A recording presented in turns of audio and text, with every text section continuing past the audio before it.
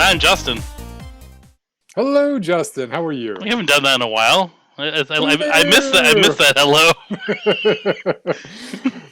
As listeners might have figured out, we're talking for like 45 minutes before we actually start the podcast. So we forget to exchange pleasantries sometimes. We should try that sometime, though. We just you call and I push record, and then just see what happens. We just go. Just go. I think we'd get about the same result. I think it would be fine. No, probably. I think it would be fine. You're right. Yeah.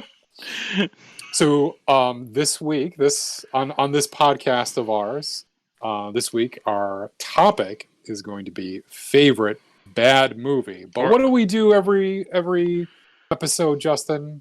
We take a topic, whatever that topic is. What do we do with it? We talk about it. Really? That's it, right? That's it. Damn straight. We talk about it. But no, we just we do a little research.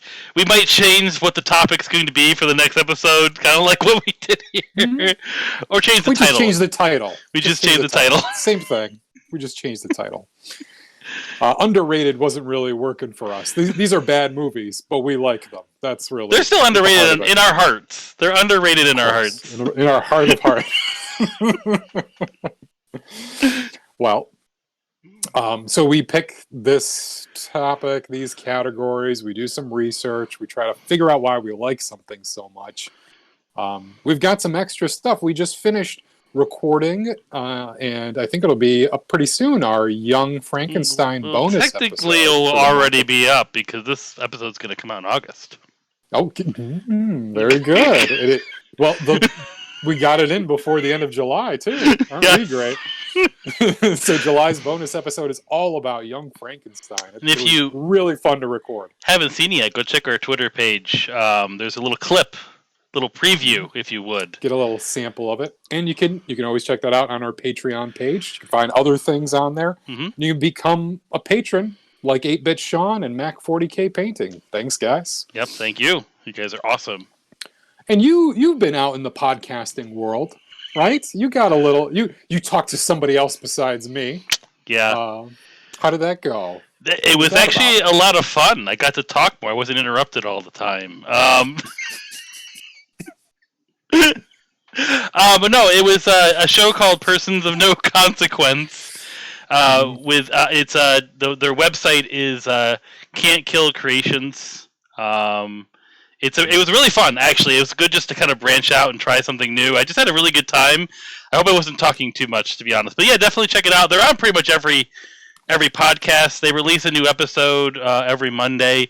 But the kind of the gist of the show, which I think is kind of cool, is that I guess when you and I hope I'm not saying this wrong too badly, but when you Wikipedia someone, but they have no kind of history or fame, it just says persons of no consequence, or a person of no consequence. So he interviews people that he feels that have good stories. I guess he thought that I would be one.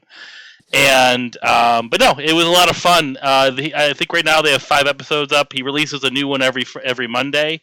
I think mine's up right now. I think that's how we kind of line this up. Me saying it's going to be up, so go check it out. Again, you can just Google that on either Apple or Google or whatever podcast you listen to. It's called Persons of No Consequence. We'll put it in the description on the show. But no, it was a lot of fun. Yeah, we'll put the link in. And they do want some other shows on the site as well. If you go to their website, there's some other podcast shows that maybe we'll collaborate again in the future. But I had a good time. So sounds good. All right, So, Justin, I mean, have you watched a lot of clips of these bad movies that we love so much? Have you been enjoying your time, like, going down memory lane? Not as much as I wanted to. I really wanted to go back and watch a bunch of clips, but I just kind of focused, again, on my favorite one, because I wanted to make sure that's what I was talking about. But before we get to talking about that, I do, like we always do, have a surprise topic. And I just thought of it, so I thought this would be not a favorite surprise topic. So, and this can maybe a preview of what we're about to talk about in the next part of the show. Out of all these bad movies that we're about to talk about, or underrated movies, which one, whether or not it had one or not, deserves a remake / sequel? Ooh, like which one do you think really deserves a remake / sequel? I don't want to give away too much information, so I'm going to give you maybe something from one of my shout outs. Okay. I know, well, thing is, a couple of these have already been remade. They didn't do Okay. much better. Or made sequels of.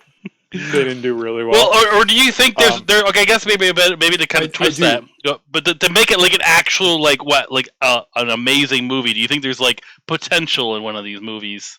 It's not just like, oh, this is a bad story, bad plot. Could it be a good one? I guess I'm changing my surprise topic mid-show. So mid-surprise topic, we're gonna change it. Okay, so you know what? They made one of the ones I was going to shout out was a movie we actually mentioned maybe a couple episodes ago. It's called Death Race 2000. It starred David Carradine. It was so I didn't know this, but I like in looking it up today. It was Sylvester Stallone's first movie. He's like the villain in the movie because he's David Carradine's like rival. They're driving this cross country race where they're encouraged to like hurt and kill each other and civilians. Like they get points for hitting civilians. It's crazy. It's a dystopian, like fun kind of like it's sort of Mad Maxy, but it's distinctly American. I don't know. So that's just Stallone really was in a movie before Rocky. Like that's a yeah. I think so. I think it's before Rocky. Might be. I don't know. It's like one of his first roles in a film. I think it's before Rocky because he wrote and directed the first Rocky movie. But they did remake Death Race 2000 like within the last 5 or 6 years or so, and it was just like, what are you doing? Like nobody cares. They tried to make it like brutal but the thing about the original one is that it was kind of funny. Like it was humorous. Like it was funny sometimes, and then like it was accidentally funny. Just being a stupid movie. So I feel like they should make this over again, but make it just as equally like campy and silly and goofy, and with all these like violent scenes of them like trying to like run each other off the road and like hitting like an old lady crossing the street with her groceries. Like they're like, oh, she's worth 50 points. Like it's terrible, But is that where that came? Is that where that came from? Ridiculous. Is it like the rules of driving saying, "Oh, that lady's worth 50 points"? That lady. Maybe. I mean, isn't that something that you've done in the past? Like it's like, oh, it's a lady with a cart. It's like worth 50 points. Bonus points if you get the cart too. Yeah. No, I think it would be. I would be interested to see like somebody with the same spirit because it's a Roger Corman movie, the first one, and they're notorious for being like kind of low budget, but also kind of like poking fun at Hollywood at the same time. So I would be interested to see a remake of that. Yeah. I can think of a couple others maybe for so that are in my honorable mentions, I'm gonna say one, and I can even talk about this more after the break, but we can talk about it here too. But and I think one is already being made, an actual like remake of this already. You'll see us trend in the type of things I bring up later on. It's the movie of Spawn. So I personally love the original one. I thought it was great. We'll talk about that. Are we going to talk about it later? I think so, or now. Okay, good. But like, I mean, just aside from the movie itself in the late '90s, which tends to be the realm I stick with the rest of the show, it's going to be a lot of the same years. The '90s were a wonderful decade. But I just the concept of Spawn's really cool. Like I always love that concept, like the design of it, the red cape. Just I guess the kind of like the story, which definitely it's a very different like comic book origin and kind of storyline. Yeah, it definitely would work now. I mean, we have these movies with Logan and Deadpool in that rated R type superhero movie where that was the original was created in a time where that was a no-go. You couldn't do it. But I mean, it definitely. Treaded the line as like close as possible to that rated R, and I think that's why it has like this weird charm to it to an extent. I can't wait to. I love that movie so much. I saw that movie in theaters. Yeah, like with my brother, like on the opening weekend, we were like the first or the second weekend that it came out. Like I was psyched for it because I was Yeah. reading Spawn at the time. Like a friend of mine had like shown me one of the comics, and I was like, "Holy moly! Like this is crazy!" Like I never see, because like you're saying, like he's definitely more rated R, I guess, kind of Yeah. hero to follow in a comic book. Yep. Like he dies a very violent death, and he wasn't a very nice person to begin with, and like the devil's involved and Malbogia, and he goes to hell and basically makes a deal with the devil to come back.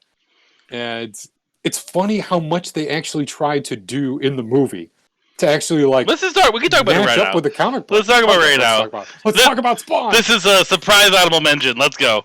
We're just going to talk about Spawn, the ultimate favorite. That's it. Movie. That's the end of the that's the end of the movie. End of the show. That's it. That's all we need to talk about. We should stop now and just do a bonus episode on Spawn. There you go. I would do that. Red Heartbeat. I mean, like well, see, this thing. My thing with Spawn is I don't think I got a chance to see it in theaters. I can't remember. And I obviously I must have not have been able to because it's not, there's no memory there. But like, again, I probably brought this up in other shows. This is the time where there was that small section of DVDs that you could select from. That's it. Like you only had a few. So new and so expensive. And I had the DVD player out before a lot of other friends of mine did. And I'm like looking. I'm like, okay, I got that movie. I'm probably going to talk about a few of them later too. But this is how you got. So they made the list. They were on sale DVDs. Not even on sale. Just like I needed a DVD. I didn't have any. I think the first DVD I bought was Austin Powers, the first Austin Powers movie. Nice, but you had Man of Mystery. Yeah, I would always go there, check it, and then say, "Oh, there's Spawn." It had such a cool cover too. The box art too. It's just like they did a really good job with the cape. I don't know, it looked pretty cool to me. I don't know, but then you get into the movie, and it's honestly, back when we were like high school and stuff like that, and I had to say, John Leguizamo stole the show for that movie. I mean, the way they handle his character, I mean, they did a pretty decent job at like making him look like, granted, yes, they gave him a lot of like the fart jokey kind of humor, but like he was disgusting and they made him look disgusting. And it was so good how they did it, and the special effects of him transforming into the monster type version of that clown. The Violator. Yes. Violator. Yep.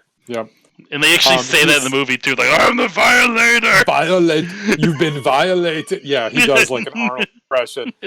Oh man, no, you're right. I mean, like, I guess if you're gonna do, because what do they call him? Like Clown, right? They just call him Clown. The Clown. Yeah, they just call him Clown. I think. I don't know for sure. Yeah. But that's all Spawn just calls him Clown. I don't think he actually have a name, but he's technically Violator. I mean, I think that's what he's called in the comic. I think they call him the Clown when he's not the Violator. Yeah. But anyways, dude, that movie, the cape was weird. Like, I understand, like, it was at the time. I mean, I think a lot of the movies we're going to talk about have a lot of bad CGI too. A lot of early CGI. Back then it was just like what we had. It was the pinnacle of special effects. The pinnacle of graphics at that time was to have his cape. They would do like scenes and just like show you the cape flowing. Yeah. But they were like, okay, so the cape sucks up into his little two chest skulls. So that's the cape is there. Yep. We're just gonna keep it in here for now, so that he can walk around normally and do stuff. Holy shit! Like when are we gonna? I've just been waiting for you to say that. I've just been waiting for you to just scream, "Holy shit!" Like we're. But I gotta say, when he dies, like because you get the one of the Sheens. I think Martin Sheen kills him. Sheen. With the Martin Sheen. Like President Bartlett. You have such a good cast of characters. I mean, like the acting, the actual actors in it aren't like bad actors. I mean, it's just they were locked for that PG-13, and I really think it really pulled them out. Because I remember, like, when you have those DVDs, like, you watch all the commentary and you see where they came from and what they had to cut out and all that stuff. Like the artwork of Spawn, Yeah, like they were just like they were showing like how like there's like scenes that they cut out like of Malbogia. Like those are really bad special effects. Like when he's in hell, those are really horrible. They're really, really bad.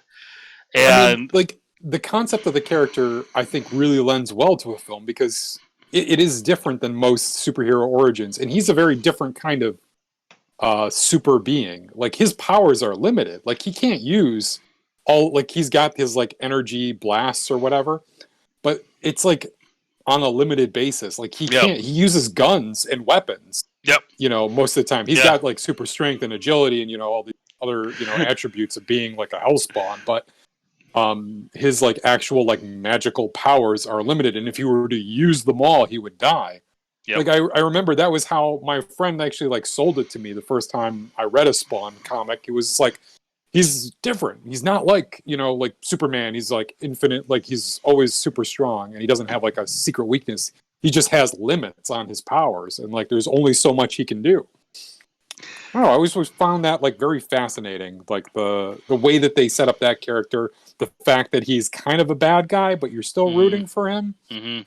But doesn't he have a daughter though in this movie? Does he have it? Yeah, he's right? got a wife and a daughter. Yep, Wanda is his wife. I forget what his. I don't know. Like they changed some things from the books too, because the person who betrays him is that Martin Sheen character, but also a guy named Chapel, who was like his partner and like comrade. And I think like, in the movie they make it that his partner marries and is like is with her now because he's dead to her. I think that's what happens in the night. And he's like jealous.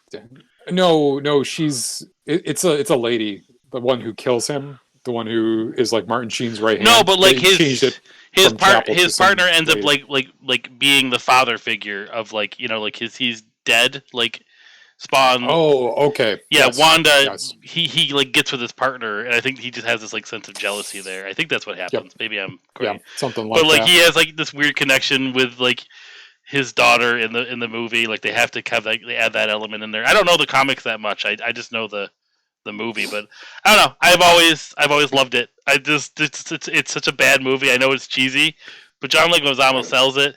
And honestly, Mike Wright, is it Michael White? Michael J. White. Michael J. White. Yeah. Like I think he plays a great Spawn. Yeah, he does like some really funny lines, like "Holy shit!" Like yeah, like when I don't even remember what happened. Like he was on the wall and maybe like his little chains came out. Yeah, and, like, he does. Killed something he does automatically something. or, like saved funny. him, and he was like, "Holy shit!" But, There's a moment. That there's a moment about that movie that I remember a friend of ours was telling me. He was in the theater seeing it, and like he's just sitting in the theater. And it's a scene where he's like trying to evade the police light, and he turns into like a brick wall, like yes, right. Like the cape kind of he like becomes like the cape from Lord of the Rings, where he turns into rocks. Yep, yep. Exactly. But like he's like in the movie that happens, and all of a sudden, like out of nowhere, some random dude goes, "Oh snap!"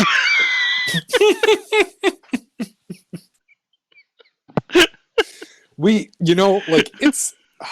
I really didn't even think about Spawn for this, and that's a really good choice, and I love talking about it because like there's no other like comic book character like him. It's so rare to see. It's sad like that a black male like at the center stage of this, and like he's the character that you're following throughout. Yep. It's really rare, and it's like. I don't know. It was just such an interesting idea. Like it's like Faust. He goes and he makes a deal with the devil to stay alive, to be with his wife, you know, so that he's not separated from her. And he's like, oh, okay, sure. But like every deal with the devil is always like twisted and convoluted. It's like, okay, you can come back, but you have to also lead my army of Hellspawn to destroy the earth or whatever it is to like get these souls to hell. And he says, okay. But no, so I just think that'd be, I know I completely took over the surprise topic here, but it's okay. It was fun Spawn to talk about. It was surprising enough for me. That was good. All right, well, I guess we'll take a break. Really late in the show, we'll take a break. Our listeners have a real taste of the kind of bad movies we're going to be talking about here now. They're so bad, they're good. We'll be right back. And we're back. Welcome back to our show. If you were, I'm glad that you stayed. You kept listening. We're done talking about Spawn. It's okay. Yeah. So we got honorable mention out of the way, but don't worry. There's plenty of more show to talk about because guess what? There's a lot of bad movies out there that are great. Mm-hmm. So like Waterworld. Is that your next? Is that your honorable mention? Yeah, Yes, I knew we were going to bring my up first honorable Watermelon. mention. I knew. just I got to had put a it in feeling. here. It's too big of a movie to me to just shout it out. I seriously loved this movie. I was so jazzed about it when it first came out. When I first saw the commercials, I thought it looked amazing.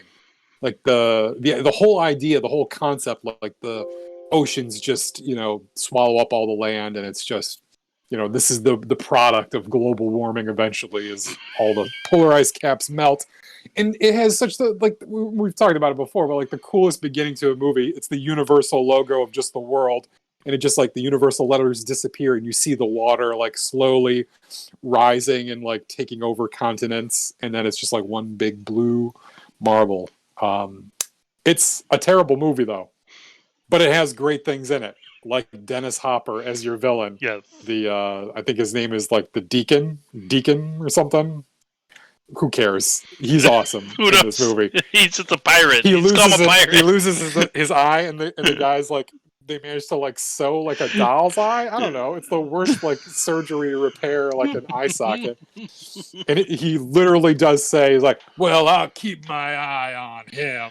He uses that right after his eye surgery.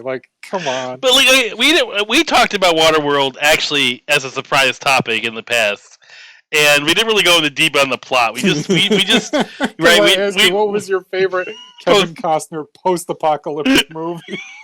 Well, here's the thing. I'm trying to think about to the point of the story of Waterworld, and I had a feeling we were going to bring this up today. And so there is no land, right? Well, no land that nobody knows about. There is a myth of a place called Dryland, and it's actually the top of Mount Everest. So my question, just to start off, that really kind of delving deep into the concept of Waterworld. Why did they leave? That's a very good question. It seems to me the way that the movie opens with the water, rising really quickly is what happened in real life, I guess, and people just ran for boats. I don't know. Of course this thing would happen over many years, but people I can only assume that it takes place a few hundred years in the future. But at the same time, there's things that should have dissolved or been broken down. We talked about that. We talked about that. They've got a timeline issue to worry about. That's a very good question, and I don't have an answer for you. Well, I'm just wondering because you have this dry land. People on dry land because they do eventually get there in the end. Spoilers for Waterworld: they do find dry land in the end. It's tattooed on the back of the girl Anala. That's why she's the ring basically to this movie. Everybody wants to get her to find her because it leads to the map leads to dry land. I don't know how the map works because it's just a tattoo of an arrow pointing up, and I'm okay, go north. But anyway, my own problem with that. But they do get there, and there are people on dry land, I believe. Only fish people can read it. That's it. That's just fish people with glands. So it's got to be at least a few hundred years for evolution, right? As this movie depicts evolution, as it says, Kevin Costner would be selected to survive through natural selection because he has gills behind his ears. His grandfather, his great grandfather, was the postman. See, that's where it stems from. So they're all in one shared universe. Yes, the Costnerverse. Yes. Hashtag Costnerverse. I'm gonna make that a thing now. We're gonna work in the Mothman prophecies and what's the other one there with the bees? What's that movie of his? The Wicker Man. You gotta bring in Tin Cup too, because I mean, nobody knows, but that movie takes place in a dark future. Where you only can play golf on land, so obviously. Mm-hmm. There are the people on dry land. That's all they do is golf. That's all they have time. There's plenty of fish in the ocean. They just golf. Plenty of land. But anyway, the movie it's cheesy. The effects are really good in it, though. There's a lot of practical effects with jet skis and boats and stuff and catamarans. You gotta love catamarans. And his ship is cool. I don't know. There's a lot of just neat But like stuff in it it. I is felt just like it was made for me at that like time. At that, well, like, it right is time, it is a Mad my Max movie on adolescence. water. I mean, that's really what it is. I mean, Kind of. yeah. So like, I'm just trying to understand. Like, I remember like watching this ages ago. Like, is it just them? Like, he goes to like some like floating city thing. He The finds the atoll, girl, yes. and then he just takes her away, and then they're just being chased by these pirates the whole movie, and that's it. Like, that's pretty much. They're not pirates. They're called the Smokers, and yes, they're pirates. They're But gay. yes, they do. That's basically yeah. Like he's basically kind of like hired to take her. You know, it's kind of like he doesn't She want. hires him, right?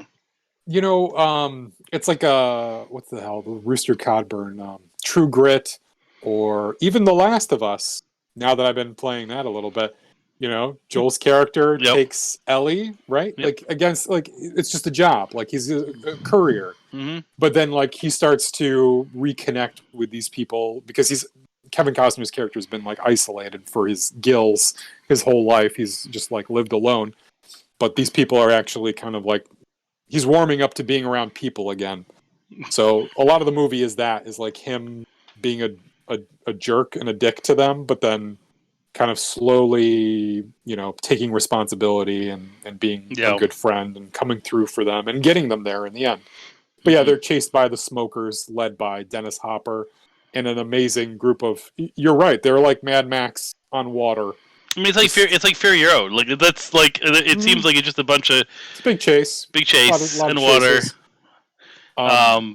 I will say my favorite character in that movie though is the old man who checks the oil level in the tanker in the giant ship. Do you remember what I'm talking about? So the Smokers have an enormous oil tanker. It's the Juan Valdez, actually, the one that crashed and spilled a bunch of oil, I think, in the Gulf of Mexico. They resurfaced it and have like taken it as their base of operations. But there's an old guy who hasn't been out of like the fuel tank in years, and all he does is measure the black stuff, measures the oil. So he's like in this little like, I don't know, like swing that he's like lowered down into, and he's just like, we're down 2 inches of the oil today. Like they've been burning a lot of oil. Like that guy's job is to just literally measure how much oil they're using, how much gas. I don't know. I don't even know what the Smokers' motivation is. It's like they want to get to dry land and then build a mall or something. Like they just want to drill for oil, I guess. I don't know what their motivation is.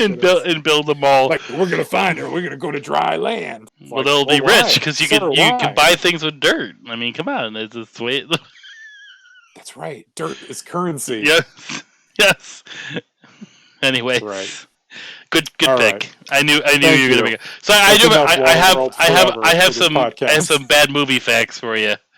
Yeah. So really quick, which on Rotten Tomatoes is considered a worse movie, Waterworld or Spawn? What do you think? Spawn. Yeah, it Spawn's at 18%. And what's Waterworld? 46%. 26? 46. 46. 46. 46% of people know what I'm talking about. Damn straight. I think Spawn is. Right, I think Spawn's underrated though. 18%, really? Oh, come on. It's a lot of it, I bet, leveled at the CGI and the effects. But anyway, what about you, Justin? I have just bared my soul once again to Waterworld. What about you? What's your honorable mention for bad movies that you love? Let me see here. What do I want to pick up next? See, I was going to lead with Spawn, so now it's throwing me off here. I do want to give a shout out. I would love to give a shout out since now it's officially bad movies. I'm going to shout out the year 2000 movie of Dungeons and Dragons. This movie, oh my god, is horrible. It is. Oh my god. It is really bad. I mean, the audience score on Rotten Tomatoes is 19%, and that's accurate. That's pretty legit scoring, to be honest. I'd 19 out of 100 people thought it was okay. Marlon Wayans, right? He's the Yeah, only Marlon main Wayans. actor Jeremy that- Irons too is the villain in that Oh, is he movie. the bad guy? Yeah, I don't remember who the lead is in that. He's just some nobody. some '90s guy. I don't know. He was in some other random like teen He'd flicks. turn up in like shows or movies as somebody's boyfriend. I remember him. Yeah. He was just like some nondescript white dude. Yep. But here's the thing: like, I went to see that movie with a friend of ours in theaters because we were really excited because we really like Dungeons and Dragons. Mm-hmm. And there's only two things about that movie that I just want to discuss and just mention because Please do. majority of the rest of it is pretty bad. It's pretty hilarious. The story is horrible, and like, but there's just two lines or two moments that just make the movie a magical thing. So there's one line it's more of an inside joke than anything else. So like, you have this like I guess like the guy that's like the henchman, like the number 2 of the bad guy, I guess. I'm not sure what you want to call him. He's like the Dark Knight, like he's like the evil knight dude. Okay. He comes second in command. Yeah. Yep, he comes into this like tavern, and I forget. There's like an actually decent actor that is in the tavern too, and I don't remember who is in it that is like talking to the guy, and like all the main characters are trying to escape. And he like the bad guy just comes into the room, and then he's like, he just says this stupid line where it's like, "Who the hell are they?" And then he looks at the guy like 2 seconds later, like, "Who the hell are you?" It's like just the timing of it, and like just the weird like kind of just nonsense. It just didn't make any sense. Line. It just like had no meaning or place in the film, and it was an ongoing quote that me and a friend of mine would just do to each other. Like, we would just say that. Who the hell are you? Who the hell are they? I like that. Who the hell are you? Just, I like it that it's just like out in the wilderness of this movie. It's just like, well, no, it's in the wasn't prompted by anything. It's in a tavern. It's in a tavern, but like it's just like completely random. And then the other part of this movie that kind of shows its true colors is Marlon Wayans is the best actor in the movie. Like, he has an amazing acted scene because he dies. Spoilers. And like the main character, Justin Whalen, that's the actor, by the way, just so you know. Of course. That's what I was gonna say, Justin Whalen.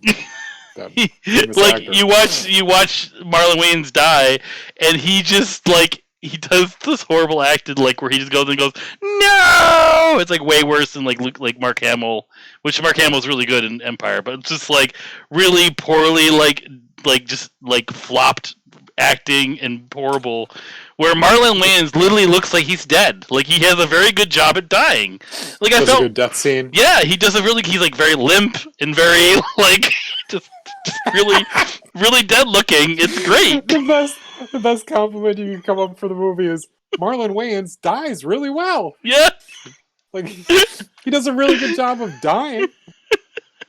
But probably the best thing that could have happened to his character in the movie was to get out of the movie. Oddly enough, I was looking through a bunch of my DVDs today because I was trying to find my favorite, which I thought I had. I think I lost it, and it's very sad to me now.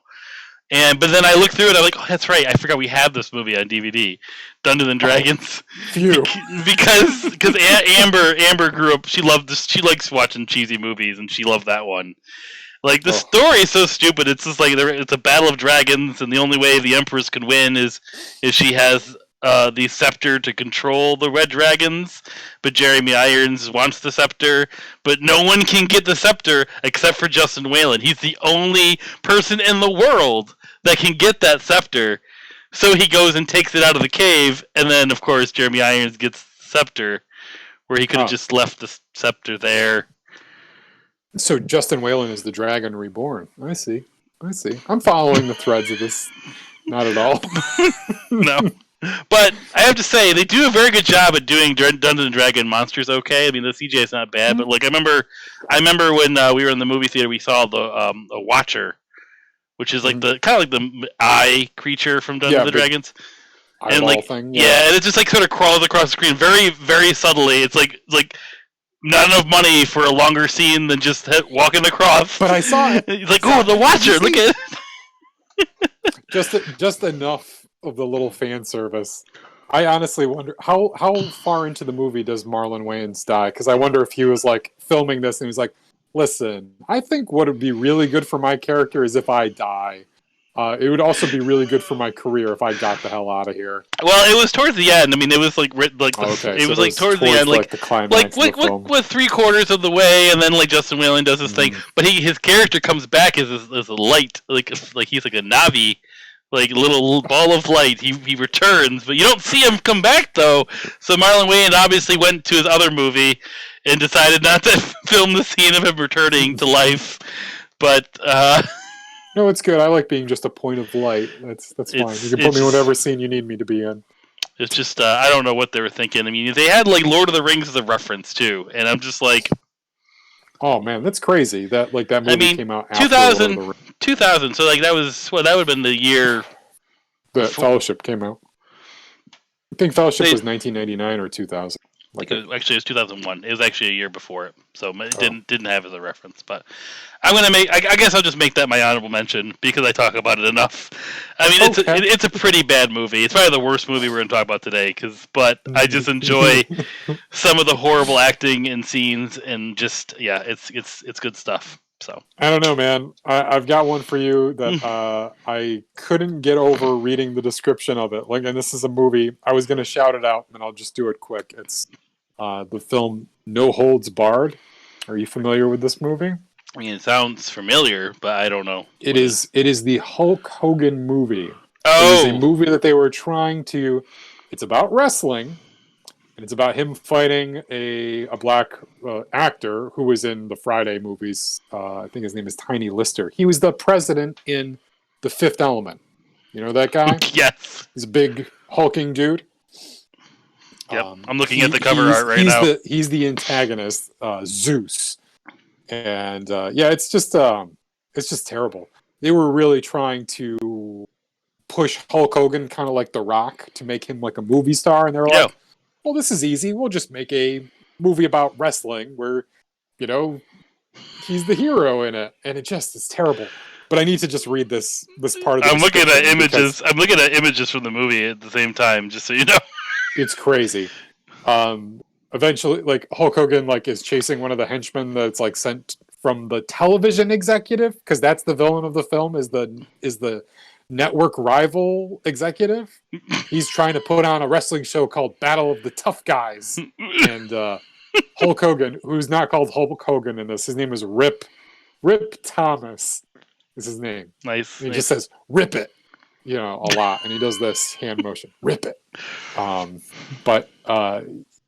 he's like, his name is Brell, and he's offering Hulk Hogan's character, come to my network and, we'll make a lot of money. And Rip is like, no, I'm good where I am. Mm-hmm. And so this is what he does. And we're just going to say, Samantha Moore, a beautiful corporate spy.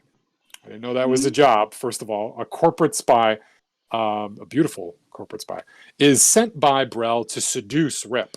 Oh, boy. However, Rip's good nature and dedication to charity win her over. And this is done by him actually like picking kids up at some like charity fair in a park. And she's like, this guy's all right. He picks up children. Yep. And so she confesses her identity to the wrestler and turns to his side, whatever that means. Brell learns of this, the TV executive. He learns of Samantha's defection and, vowing revenge, sends his underlings to kidnap and rape her.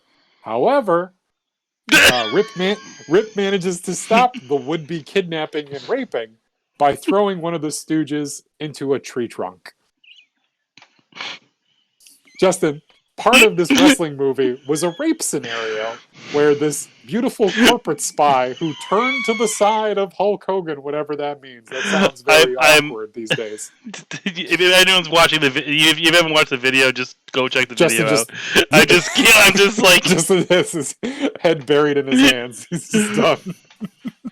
But no, the thing that got me is like, okay, yeah, the rape stuff is getting me a little bit, but like, I love how they add is like, how he actually stops her by throwing them into a tree trunk. But this is from the official, like the synopsis. Throwing one of the stooges into a tree trunk. Like, wouldn't you want to save that for the movie at least? No. I need to know exactly where that guy was That makes thrown. me want to see it more. Now I want to see this action scene.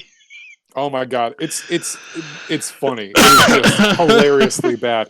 Like, well, Rip does win in the end, and he throws Zeus off of a catwalk. It looks like he's dead. He like falls through the ring, but he's not. But Brell, the network executive, he starts destroying the electrical equipment in the studio because he's so upset about it. And then what is it? He accidentally comes into contact with live wires that he has exposed in his tirade and is fatally electrocuted. So he's dead. The TV network executive dies because he like pulled a bunch of wires and then like got knocked into them, like crazy live wires. Oh my And god! he kills the. I remember I watched the TV Hulk Hogan executive. movie once actually because I actually knew who he was. He was in a different one. Suburban Commando. Yes, that's what I watched. They fought aliens. Yep. Yeah, he was like a alien fighter dude. That movie, I was thinking about that movie, but I didn't know it as well as No Holds Barred. Oh my god. Yeah. So that was a shout out, right? That was a shout out. Shout outs are. We've got a lot to talk about. Maybe you can share this one with me though, because my actual honorable mention, I won't talk too much about it though, is Over the Top with Sylvester Stallone. I've never seen that movie. This is a classic from the USA Network. Just watching USA late at night, this movie would be on. Robert Loggia is the villain, and nobody really knows why he hates. Isn't that where they arm wrestle character. though? They arm wrestle. He right? arm wrestles for the custody of his son. Yeah, I know the plot. That's all I know about this. I've seen the book, the cover of it. And he teaches his son about arm wrestling and driving a truck, which is what he does for a living. Because all truck drivers are arm wrestlers, I've learned. And at the arm wrestling championship in Las Vegas, you gotta get arm strength for that to handle that truck. I mean, it's. If you haven't seen this movie, like, you have to see it, and there's nothing that can really prepare you for it other than it is a movie about arm wrestling, competitive arm wrestling, and that the custody of a child is at stake in the end. I will leave you with this one little nugget of joy. They like introduce all the other arm wrestlers at the championship. It's like their kind of their promos. So you see Stallone do his thing. His name is Lincoln Hawk, I believe, which sounds like a car, I guess. The Lincoln Hawk, introducing Mercury, Gotcha. Lincoln Hawk. But there's like the big bad guy. Then there was just this wild dude who had like crazy bushy hair and beard, and he just drank a whole quart of motor oil right before he would arm wrestle. I guess to prove his toughness. I never understood why, but I guess he was just proving that he was tough. He drank a whole quart of motor oil, and then he arm wrestled. It's something I do every weekend. I mean, it's It's good. It clears the system out. yeah, it clears it out. From both ends, you're throwing up, you're pooping. It's great. It's a real. It helps everything. It's part of a weekly cleanse. Yeah, it helps make everything go down smooth. Yeah, oh yeah, the parts are working very, very well after that, I'm sure. So pistons are pumping. Is this going to be pretty much a shout-out show? We have so many things to talk about. I'm losing it over the top. Will you please take over? Yes, please. Did you do an honorable mention, or are we just doing shout-outs? That's what I'm confused about. Okay, so I'm actually... I'm just thinking about Robert Loggia. Just yelling all the time in the movie, like, "What do you want, Lincoln? Hawk, get out of here!" Okay, like, just yells all the time. Okay, so since I don't know if we're doing honorable mentions or shout outs or whatever, because I have so many to talk about, I do want to bring a shout out here that I know you have something to say about. In this movie, you've watched this movie a few times with me. And that movie is the 1998 movie Lost in Space. With couldn't save him. Couldn't save him. Oh my god. So William Hurt is the father of the family, right? Yes. I was watching clips. I actually was watching clips. From Friends is in there, right? Yeah, Matt LeBlanc, and you got what's her name from? I think the only thing I knew her from was Boogie Nights. What's that actress's name? Heather Graham. And and Austin Powers. Obviously, this is when she was getting big. Yep. She was in the second. Gary Oldman, who again just shows up every once in a Oh, that's while. right. He's Yeah, the like evil dude, right? The he's the mincing doctor. weirdo. Yeah. But I don't know. Like I remember loving this movie when it came out. Like it wasn't until I showed it with you, like I kind of accepted how Oh, horrible it is. I remember. I remember you showing like because you saw that you were like, this is kind of a good movie, and I was like, I was kind of interested in seeing that. And then we watched it. And I'm like, this is terrible. Yeah, it is pretty bad. And we started laughing, and you were like, yeah, I guess it is kind of bad. It was like the first time you like realized it'd been like a But while. it'd been a while since it came out. I mean, I remember like seeing it in theaters and being really excited for it. I just love those kind of movies, like that '90s like sci-fi. Mm-hmm. I was rewatching some clips today, and I'm just like, oh man, this is so bad looking. It's like the skin tight suits. It's like Mm-hmm. it definitely was Directed directed to like middle schoolers for sure. But like I Mm-hmm. remember just like I think what it was. I kind of liked the way they handled like the time paradox thing, though acted poorly. But like I remember like you see like the sun like that looks so bad. It's like the little boy who played the son was the younger brother from Malcolm in the Middle. Yes. Am I right? Yeah, that sounds right. But Maybe. yes, he sees his future self, which is this like long-haired, Hey, scraggly, everyone died. loser-looking dude.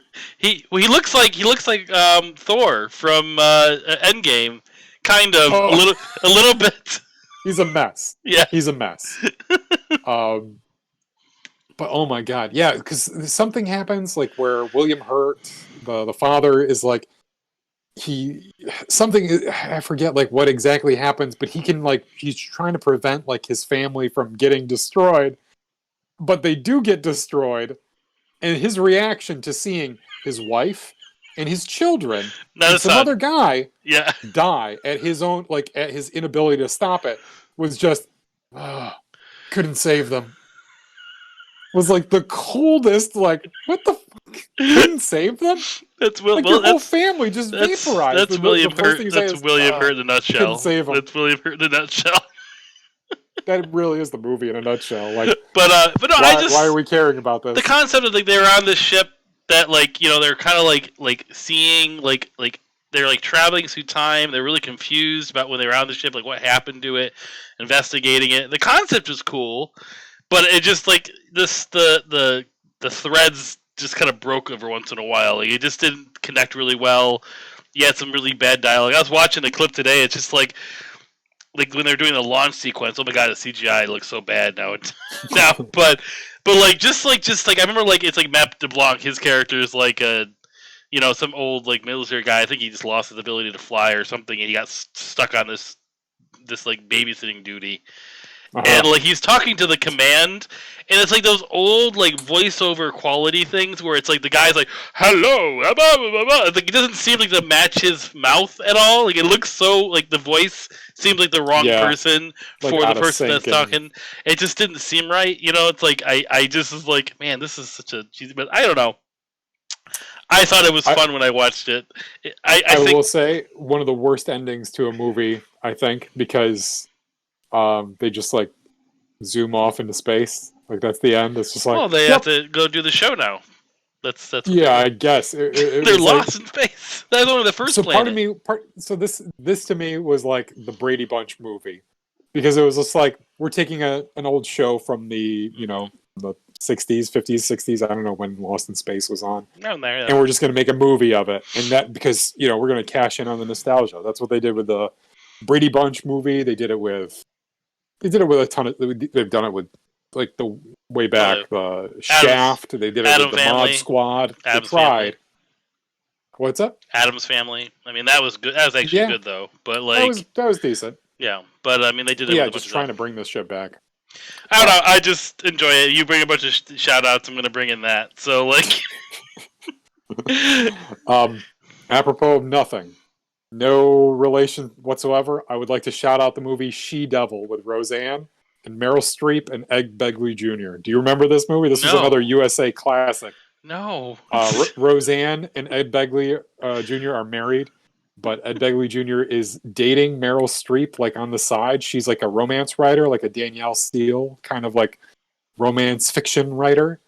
And wait a minute. Wait a minute, I'm maybe sure you've seen part of I've this. seen And Roseanne this. gets her revenge on him and on Meryl Yes, Streep. yes, It's I just like a remember big this. revenge thriller, kind of not Yeah, thriller. It's I not a remember thriller at all. this. I remember this movie now. I just Okay. remember seeing it a lot, and I thought it was just so. I thought it was genuinely funny. Like I thought a lot of it was good.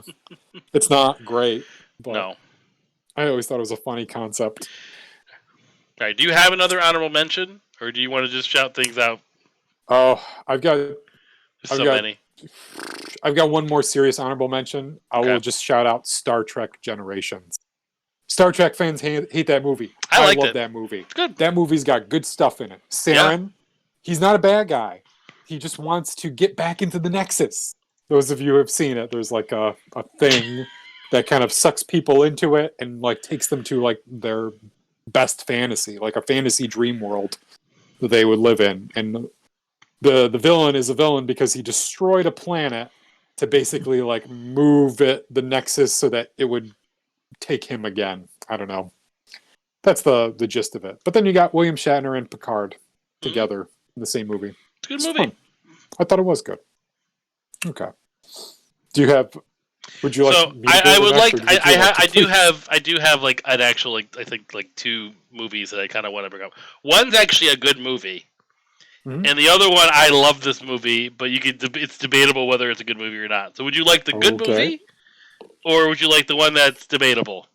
What would you Let's rather talk first? good first. Let's warm Okay. up. We So need to warm up. I think this is actually relatively. I wouldn't say it's underrated.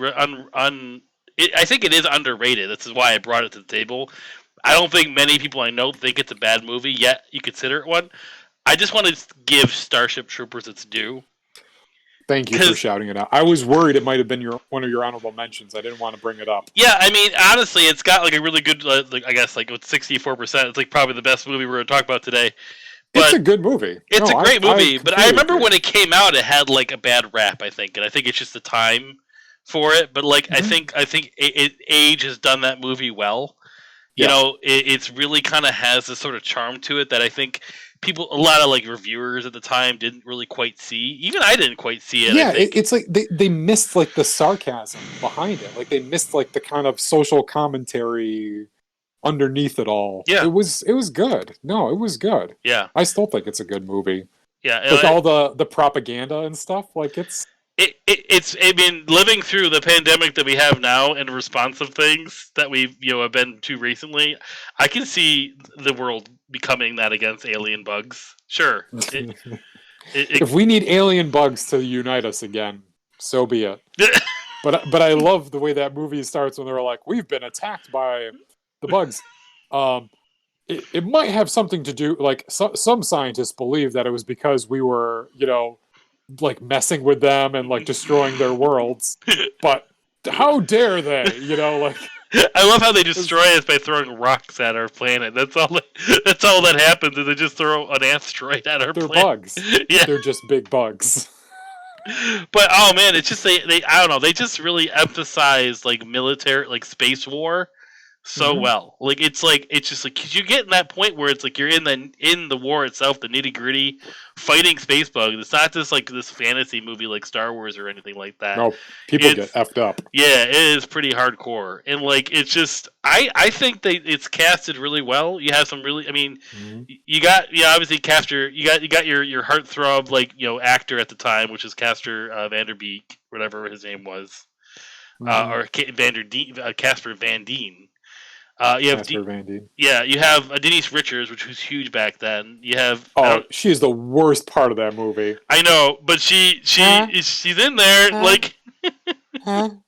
She is blank faced. The guy is like, "I love you. I want to be with you," and she's like, "Oh, hello, Johnny." Like she's just fucking not there. You don't need to look at her face. Just look. Huh? But you have what's his name? Richard D. What's that actor's name from Doogie Howser? I went blank. Oh, Neil Patrick Harris. Neil Patrick Harris. They're friends, and he's like in the high command because he's so smart. But what's nice about that is you kind of have these three core characters, right? And you think that they're going to be like the kind of like the what you follow, but then they break formula of those type of movies where it's like Yeah. they're all doing their own things. They like Yep. they They together all for go like in briefly. 3 different directions. Denise Richards is like a pilot, right? Yep. She wants to like pilot the actual starships, and Johnny is just a grunt. Yep. But and then Doogie Howser there, he goes to like the top of like the Yep. whatever service. I will say I really liked. Well, obviously because it showed like naked women, but like there was like I liked the openness of their like locker room scene. Yeah, it was weirdly like, oh, like in the future nobody will have hang-ups about like men and women getting changed in the same room. Yeah, because like the women are getting changed and they're like making fun of Johnny's character. They're like, oh, look, a lover boy here, and they're like topless, and it's like, yeah, it's normal, it's okay. Yeah, like I always thought that was like, yeah, the future is going to be a little bit more progressive. I was like, good for you, Starship Troopers. You need bugs first. That's all we need. That's all we need, But of bugs. I like, it really is a good cast, and they're like drill instructor there, their drill sergeant guy. Oh yeah, Red yelling like medic. Red from isn't that Red from that 70 show? Is that the same actor? Or no, that's not him. No, not that guy. He was the guy in Pet Sematary 2. He's in a bunch of stuff. Yeah, he's and I'm only thinking of weird things he was in. He was in he's the detective, the human detective in Detroit Become Human. Wow, interesting. Okay. Can't I remember anything else he's been in? He's a great character actor. No, and it was really cool. They got a bunch of young like actors that were relatively like unknown, and I thought that they did a really good job. The end of that movie is creepy though when they start doing the brain sucking thing, like that. Like when you see that happen, when you see that happen, that's creeped me out. Like it's just like, like that deserves this. That has sequels, but like. I've never seen them. Good sequels. Yeah, it doesn't need this VOD stuff. It needs like, I would love like a remake or something, or even just like the way video games are. Like make a Starship Troopers video game, but like acted like that. Like it's just like that legit high quality acting. Did you ever watch the Roughnecks TV show, the animated show? It was like a CGI animated. No, I never saw it. No. I watched that pretty. Like I would catch it at random times. It was never like super popular, but it was good. It was Starship Troopers. It was called like Roughnecks or whatever. Cool. It was decently animated, but it was like early CGI cartoon. It was fun. It was the same kind of thing that we liked about the movie, kind of just done over a series. Cool. But definitely a good choice, man. Definitely a good choice. So what's your other one? What's your other one? Blade. Give me the good news, and tell me the bad news. Blade. Blade? Yeah, Blade. I honestly can't remember much of Blade. I feel like I saw it once so long ago. This is one of those DVD selections I had to pick from, so Blade was on the list. Did you really? Is that the one with the blood orgy, like the blood rave? Like there's vampires at a rave, then all of a sudden blood comes out. Yep, that's that one. Where does the blood come from? Sprinkler system. Sprinkler. Of course. How silly! I was thinking buckets hanging from the ceiling. How stupid of me. Obviously, they rigged the sprinkler system. But you have such great Wesley Snipes quotes in that movie. That's what makes it good. It's like, some motherfuckers are always trying to skate uphill. Come on, like... Skate uphill? I don't know. Is that bad? Like, the Blade movie is a special thing. It's like, it was cool, like, the fact that you had this, like... That's, like, I guess, like, the first, like... rated R superhero movie, because it was it tried its best during a time that it probably would work. It made 3 of them. Hey, good job. That's good. But I remember loving that movie because I would watch it a lot, and I'd watch all the commentary on that one, and I love the commentary for that. That's like probably my favorite commentary because Wesley Snipes does the commentary because he was really? He's like one of the people that talk about. He talks about a lot of it because he was so like really heavily involved in that movie. And I love. There's a scene where his assistant dies, Whistler. Like he dies in the movie, even though he comes back as a vampire later. But like he dies in the movie, and like he's like bloodied up, like on this chair, like bloody like crazy. And here's Wesley Snipes that just looks like really somber, grabs like a little piece of like just like I don't know, like cloth, like the gauze, and he's just lightly tapping like the 20,000 wounds on his body, Just very trying to like, I don't know, help stop the bleeding. Like is this how people help each other? And then, but like Wesley Snipes calls himself out. He's like, I don't know why I'm doing it because like I can't save him. Like there's nothing I can do. I just felt like that was the right thing to do. Is this is making you feel better? It's like he's never tended a wound before in his life. Like, oh man, I need a Band-Aid?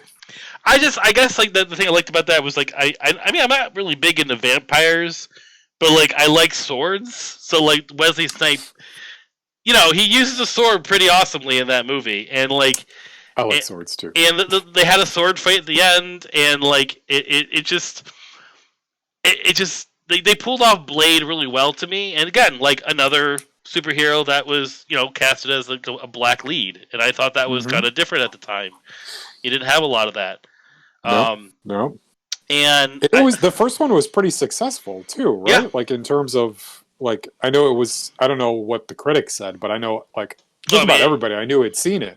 Yeah, I think it had a good following to it. It's definitely not like it's not a great. I mean, none of those movies from the late '90s were great. I mean, like at the time, they're different. I mean, superhero movies back then weren't revered like they are now. Like when you got a good one, it's like everyone needed to see it. That's why when I think when the Christopher Nolan Batman movies came out, it's like they kind of surprised everyone. Yep. Right. So, but like back then, you just kind of took what you got. It's like, hey, yeah, the X-Men movie was all right. It was cool. We got to see them in live action. Yay! Yeah, a guy that kind of looks like Sabretooth was in it. I don't know. But Blade, I thought was good because you didn't have to worry about superheroes. You were just fighting vampires, and That's it. I can wrap my head around that. Was that Steven Dorff? Yep. Is he the villain? Yeah, I like him. He's been in good stuff. I don't see him too much. The alternate ending on that though is so bad. Look it up on YouTube. It's so bad. Like the alternate ending. Alternate ending? Okay, yeah, like in the original, it's just like it's like because he gets the whole thing is they're getting this ritual to like create some sort of like blood god or something. I can't remember what it's called. El Blood Diro or something. El Blood Gado. I can't remember what it's called, but like so the ritual happens. So like Steven Dorff, his character Frost is the bad guy's name. Yeah, and he does the ritual, and so in the meantime, like he has like these vials of cure that can like kind of like I guess cure vampires. I can't remember what it's supposed to like. Oh, like actually turn them back to humans? Sort of. It's not like perfected really well. Like it works on Blade because he's half vampire, half human, but it doesn't work on like pure vampire, I guess. That's my memory. But like, so that's how he beats him. He just like kicks he gets them with the vial. He finds it and he hits it and he like gets rid of the blood demon and it goes away. But they have like an awesome like sword fight before it. It's not like super long, but it's serviceable. It's a good ending. It's a good climactic fight. It's fun. It's cool. He does his thing. The alternate ending, the demon god is different. He turns into a cyclone of blood, and it's just like a tornado in the room, and like wind is everywhere, and like you got Blade like flying around in a circle, like grabbing things and like trying to find the vials, and then he just like throws it in there and like breaks it, and it just like sprinkles in the cyclone. But then you got Frost's character like just becoming human, just his head sticking out of the cyclone, going like, "Hello, Blade." Oh my god, I'm looking that up. Yep, but like I wrote it down. But it's an unfinished scene because they decided not to use it. So like it's definitely like think bad '90s CGI, but unfinished bad '90s CGI. The CGI they didn't use in the '90s. What kind of vile cesspool is this? But oh man, CGI they couldn't use. That's a good movie. I think that deserves. That's actually a good movie. It's bad, but like I think it's decent. Yeah, it's watchable. Yeah, you could sit down and watch it. Yeah, I haven't done it in a while, so maybe that could change if I try again. So that's all I got. I'm done. We talked a lot about bad movies. I got one last thing. This is actually like really. I almost have this as my favorite. It's such a good movie. I really think it's a good movie. I saw it all the time on the USA Network. Wait, USA, And man. I want to see if you can figure it out. I'm just gonna. It stars Rutger Hauer, famous actor, been in lots of stuff. He was in 300. F. Okay. Murray Abraham, he was Salieri. Amadeus, he's been in a bunch of stuff. Academy Award-winning actor F. Murray Abraham. Charles S. Dutton, another Academy Award-nominated actor. I don't know And any Gary of these people. Busey. Gary Busey, I'm Okay, sure you know Gary- Gary I know Busey. Gary Busey. Before his motorcycle accident, when he was still just like a crazy kind of actor. And Ice-T is the lead. Ice-T. Ah, okay. I'm talking about Surviving the Game. Oh, That is where no clue. all those Oscar nominees hunt Ice-T for sport. He's like a homeless person Oh my who god. they fly to like the middle of nowhere and then they hunt him for sport because man is the most dangerous animal. Long story short, Ice-T wins. Checkmate. It's a really. They fucking just made good a movie, I think, recently that was like this too. Like, isn't there a movie that just? Sure. I think it's just called The Game. This one is Surviving the Game. It's got like the star-studded cast for this terrible, terrible movie, but oh man, it's so good. It's so good. The You gotta box check art, it the out box sometime. art looks horrible. Like, Oh yeah, I mean, like if you like nowadays, I would have thought it was a made-for-TV movie. Honestly, like something that they would just stick on like some Friday in the fall, but no, this was. I think it's really good. this though. looks like It's the just funny. side. And Ice-T's like mannerisms are really funny in it too. This looks He like like this turns art. the tables on them. The box art looks like the side of a Deer Hunter arcade machine. That's what it makes me think. Okay, this I must see. Surviving the Game. It's fun. It's got like just a lot of weird deaths too, and like because they're hunting him, and they don't they're not playing around. It looks kind of like he's in the Matrix. Just first glance here, looking at this Yeah, cover well, art. it's like I think that's woods, but I just like the way I don't know. It just makes me think of Deer Hunter. So Rutger Hauer is the big floating head. You have Gary Busey there next to him. But if you look at like one of the other pictures, you'll see like Charles S. Dutton and F. Murray Abraham. They're all actors that I'm sure you've seen before. One of my favorite scenes, though, is when Ice-T discovers their trophy room, which is like the heads of all the people that they hunted before. Okay. Reminds me a little bit of Negan's Hall of Heads from Walking Dead. Gotcha. Definitely one to watch, but I think that's good for now. I think we've talked about these honorable mentions. They are quite honorable, and they deserve watching. But let's take a quick break. We'll come back and we'll talk about our absolutely favorite bad movie.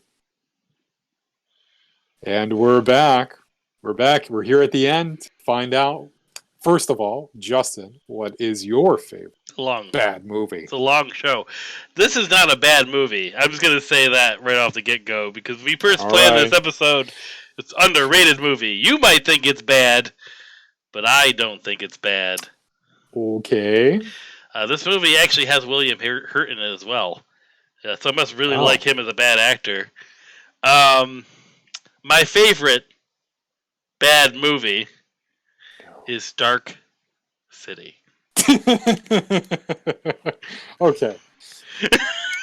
Off mic just a minute ago, you were like kind of like, oh yeah, I like this movie. And I was like, oh god, it's not episode 2 Attack of the Clones, is it? I kept those movies out of this because that's a completely different conversation. Yeah, those don't belong here. But Dark City. The movie that you said to me when you were talking to me about it for the very first time, you said, I think this movie is better than The Matrix. And I feel like The Matrix ripped this movie off a little bit. Those were some bold words. And why don't you explain why you think that those words are true? Or were true at the time. You don't have to agree with it now, but... Well, I mean, because it is kind of the same kind of story in a sense, to a degree. You have, like, another being that is, like, making you live a life that you think you're living, but they handle it differently between the two, right? It's not the same. I just really fell in love with this kind of like, I guess, non-actiony sci-fi movie, like more murder horror movie versus kung fu Yeah, computer. more cerebral, kind of like a thriller. Yeah, and I just like kind of felt trying to figure things out. I kind of am a big fan of film noir. I can't say I'm an expert, but I've always liked that style of film, like use of shadows and like being in that kind of 50s, 40s kind of like, or 20s, I guess, too. That kind of setting, that like kind of detective type of Dragnet, Dick Tracy, kind of thing, I guess. And that's really kind of what sold me. It was just the setting of itself. But I don't know. I kind of fell in love with this concept of like I thought it was a unique telling of a story of handling like people like being abducted literally by aliens. This is literally an alien abduction story, right? Yeah, seems like that. Well, I mean, they are. They're literally like Gual's living inside these like creepy alien things. Oh, that's right. Okay. Yeah, there's like aliens. They're not humans. There's some other kind of. They're creature. using vessels. Okay. They're using vessels. It's been a long time since you made me watch this. Yes, so, and I know you hated it for some odd reason. And this is the reason why I think it's underrated in your heart, and this is why I brought it to this movie. But hey. I'm not the only one. This actually has a lot of people that really likes this movie, and it actually has a lot of decent reviews to it. And I'm not saying by any means this movie is like Oscar winning or like has the best acting in the world. What's his name? What's the actor from 24? Kiefer Sutherland. Kiefer Sutherland, yeah. Who plays the Doctor. Like his acting is kind of bad, but yet I think that's the vibe they're trying to go with. Is like that kind of like old sort of like. Crazy doctor mentality. Mm-hmm.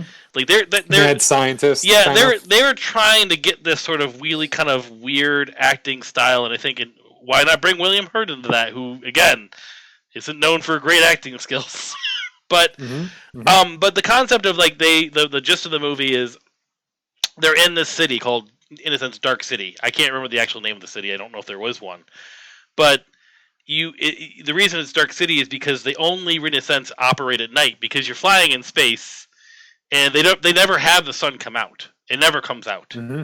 But the people don't know this because what they're doing is they're fabricating memories, and that's what the whole point of the Doctor is. He understand the mental, like how like the psychology works, and he found a way to kind of mix. It's very bad science in a sense. There's no like explanation. It's literally him just taking vials and like using food coloring to decide like this green means bad childhood and red means rebellious teenager. But like you don't really need to know that part, right? It's just sort of like the element of what's happening. So they take syringes and they pretty much will take like your history and then put us to sleep, and put us. They'll put everyone to sleep at midnight, and then they'll just rearrange everyone's minds and memories, and all of a sudden, all these people are living different lives. And the whole point is is this alien race is trying to experiment to figure out what the human soul is. And so I think there's a kind of a deeper meaning to it, and I really kind of just maybe it just hit me the right way, and I just never saw anything like it before, and I don't know. I really enjoyed it. I think it was a setting. And then just seeing like this a different way of handling and fighting, because I guess they use this thing called tuning, because they're like tuning that's changing the world around them, changing the landscape. Yep. And they call it tuning. I thought when I first saw they were saying tuning. I thought that was kind of funny, but it's just tuning. But like the whole point is he's trying to get to this beach. And like he always sees signs to get to this beach, and that's the whole thing. The main character, he rejects this tuning. He rejects this falling to sleep. He's a special being. He's like the chosen one, kind of like Neo. Yep. And then he can actually tune as well, which blows everyone's mind. So you got all the aliens that are in vessels. They all have kind of weird names like Mr. Book and Mr. Hand and He Bites. There was I just remember there was like a little kid with sharp teeth, and they were like, he bites, and you just went, Yep. yeah. But I don't know. I really like it. I love the ending. It's just like they are floating. I mean, they're floating in space, doing like mental powers at each other, but just the setting itself, I think, really what sold me over. And I don't know. Just I thought it was a cool like when you found out how everything was panning out. When you learn, where the history is. When you learn that they're in space, because you don't know that until the very end that they're in space. That's actually like a very surprising thing that happens at the end. Like you just think that. You easily could have thought the whole movie that they're in this building being experimented on, but then all of a sudden they pull away and they're on this floating disc that they can't get, and that's all the city is, just floating disc, and you can't get out of it. And there's people that live in the city that are going crazy because they are starting to remember. Like one guy, he actually starts to remember, and he tries to get out of the city and you just can't get out of it. There's like no way. You could try your hardest, but they only have so many hours to actually try. Because all of a sudden, then they all fall asleep. So okay. So I don't know. I enjoy it. I love it. I haven't watched it in forever though. I really kind of just want to watch it again. It might be worth like another rewatch because I think one of the reasons why I said I despised it was because you had compared it to The Matrix at the time, and I was like, this is nowhere. Like I didn't see the connection, and Kiefer Sutherland's acting was bothering me. And I'm sure that this is definitely your movie. It certainly is. This is The Warriors. Like, yeah, I keep trying to push that movie on people, and like, I like The Warriors. I'm not against it. I don't hate it like you hate like you hated Dark City. I mean, I remember hated. I don't really know now. I can't really say. It's been so long. Who knows? You probably wouldn't see it differently. I mean, I remember we watched it, I think, with some other of our friends too, and who knows, maybe that kind of just deterred you on it. But I remember my cousin liked it a lot, though. I think we saw it together, and we would talk about it. Of course, Josh would like it. You hear this, Josh? We know you like Dark City. But I don't know any other people that talk about it, though. I feel like it's. I mean, you like the director, you like The Crow, so. Who was the director? Alex Proya, I think, but he made The Crow. That's all I know. Oh, do you know what else that guy made? I just found this piece of trivia today. Actually, he also made that Gods of Egypt movie, that flop with Nikolai Coster-Waldau and what's his name there, Gerard Butler. Yeah, so he did this movie. He did The Crow, and then Gods of Egypt. Sure, maybe he did something else. Maybe, but I highly recommend go see Dark City. It's a great late '90s science fiction movie that is different than a lot of other '90s science fiction movies. I wonder if The Matrix came out like a couple years later, if it would have gone a little bit more recognition, because it seemed like The Matrix and then like the movies similar to The Matrix, like everyone tried to emulate The Matrix after that. Mm-hmm. And anything that came like out around that time probably just got I think it's a hard movie to advertise too. Like I really feel like it is something different and unique, and I don't even know what made me go see it. Like I don't even know what convinced me to watch it. But there's good things in different movies, Mm-hmm. Like there's nothing like, even if you end up saying like, well, Dark City, it's not like Oscar worthy or it's not Oscar caliber, but there's still something worth watching in it, then it's worth watching. Yeah. I stand by your choice. I won't make fun of Dark City. It's been too long for me to really make fun of it, other than he bites. I just need to bring it up in some show, and this was the perfect show to bring it up, to be honest. Mm-hmm. Right on. So what you got? What's yours? Mine is The Devil's Advocate, starring Al Pacino and Keanu Reeves. Really? Yeah, I'm surprised you even watched this movie, to be honest. This is not a very Paul movie.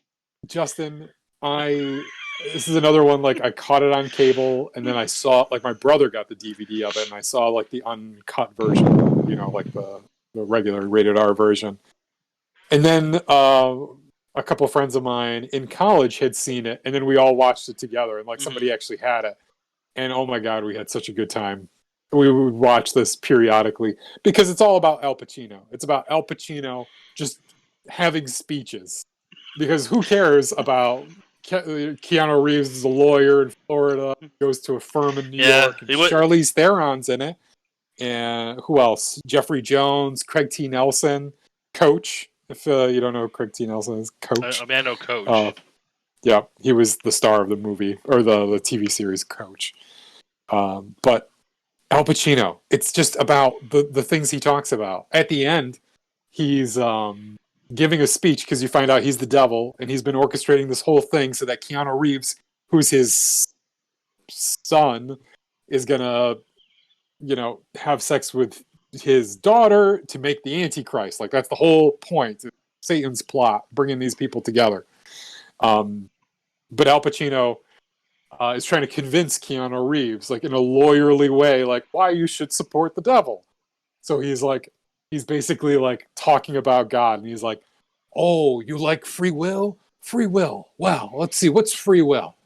Look, but don't touch. Touch, but don't taste. Taste, but don't swallow. Like, this is the way he talks through the whole movie. Just these weird stories and these lectures to Keanu Reeves, who just like is walking next to him and just nodding his head. And then poor Keanu. He didn't get his awesome factor yet. Like, he's definitely... No, this is pre-awesome factor. This is like he's already cashed in all his Speed credit from the movie Speed. Yep.